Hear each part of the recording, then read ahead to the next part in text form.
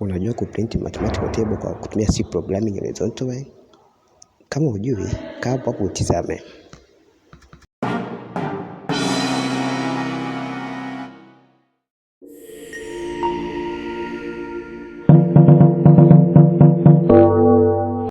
Asante kwa kuchagua kubaki nasi.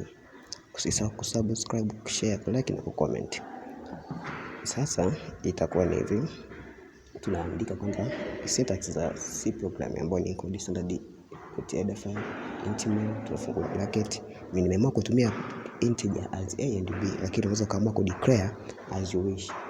Sasa printf ya kwanza, print mathematical table ya 50 kwa 50 ambayo ni kama comment, na pili ni printf ya star na ni kama comment.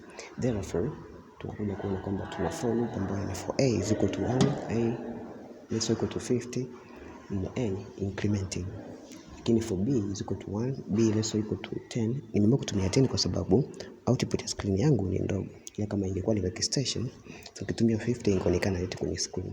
Therefore printf ya pili ni kama decoration, kwamba kisha print table iweke decoration ya mistari kila table. Na printf ya pili nasema kwa printf inayofuata ni printf %d times %d, kwamba namba times namba sawa na namba.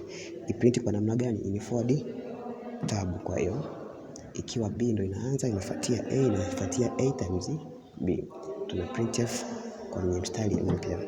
Therefore hapo utakuja kuona kwamba output ya table yetu itakuwa in horizontal, ikiwa ina print moja mara moja, moja mara mbili, mbili mara ngapi, hivyo hivyo. Asante kwa kuwa umechagua The Law Investors of Coding, Graphics and Audio Design. Usisahau kushare, kusubscribe na kulike na kucomment. Kama kuna maboresho tujuze ili tuweze kufanya marekebisho. Asante kwa kuwa pamoja nasi.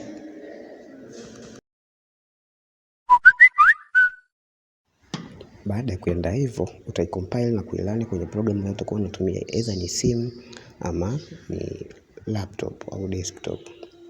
Utaona tayari mathematical table imeshakuwa tayari. Asante kwa kuwa.